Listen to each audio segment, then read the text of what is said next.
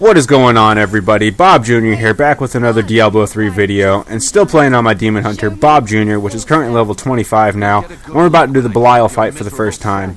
And if I must say, this fight was freaking amazing. The mechanics were great, she has a lot of different abilities, 3 different phases, and the graphics were just phenomenal. So that's what we're going to talk about in this video today, the 3 different phases and the abilities that she has. Now, the first phase is definitely the easiest of the 3, but can become troublesome at times, so that's what we're going to talk about first. She starts spawning a lot of these different snake dudes, and they just keep on rushing you down, so you have to kill them as fast as you possibly can. Now, overall, pretty easy to do, especially if you have a decent weapon, but if they do close to you, you can use either smoke screen, cattle chop, or vault away, and just burst them down, which is kind of easy to do as a demon hunter, as we have a lot of damage. Well, as I said, phase 1 is definitely the easiest of the 3. So now once you kill all these snake dudes, Belial himself actually comes down and you have to start facing him.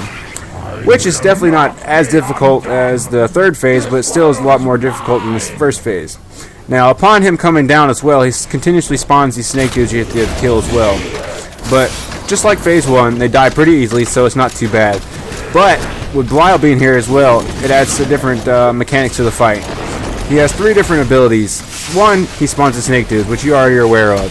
2nd, he spawns these little green things, which you're seeing right now, with 3 of them, and they spread out as they go, which yet again, pretty easy to avoid. Now the 3rd ability he has is he charges at you and tries to hit you as himself. Now he's pretty fast, so it's kind of hard to deal with, but if you have a lot of discipline, or enough discipline, you can just smoke screen away and you take no damage. Now, once you get through this 2nd phase, you enter the 3rd phase, where he becomes this big, gigantic beast and gets a whole new group of abilities. Now, the first abilities you see here is he smacks the ground, and this green stuff comes out of it. Now, if he hits you with this, it does a nice chunk of damage, as you've seen. It took about half my health, so you're going to want to avoid this at all costs. Either just keep on running and stutter step as you fire, or just be prepared to use a smoke screen to get away from this. Now, the 2nd ability he has, you just seen there, he does the fire breath, which is pretty easy to deal with. You just stay in a corner and it won't get hit by it. Or you can just smoke screen through it as normal, and you won't take no damage. And the 3rd and final ability he has is what you're seeing now. He puts both of his fists in the ground and starts spawning a lot of those green clouds around you. Now, they have about a 3 to 4 second delay before they explode, so it's kind of easy to get away from, especially if you're not trying to attack. But me, myself, I'm pretty cocky, so I try to do as much damage as I possibly can. So I was shooting quite a bit as those were being spawned, so I think I get hit by 3 or 4 of them.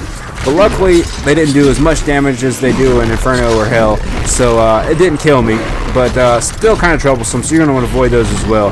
You can do this, but like I said, just keep on moving, or just have a smoke screen or a vault available when it gets close. But overall, like I said, this was a pretty damn cool fight, so hopefully you enjoyed this video. If you did, definitely click that little subscribe button. I definitely appreciate it, and check out my other videos. Peace.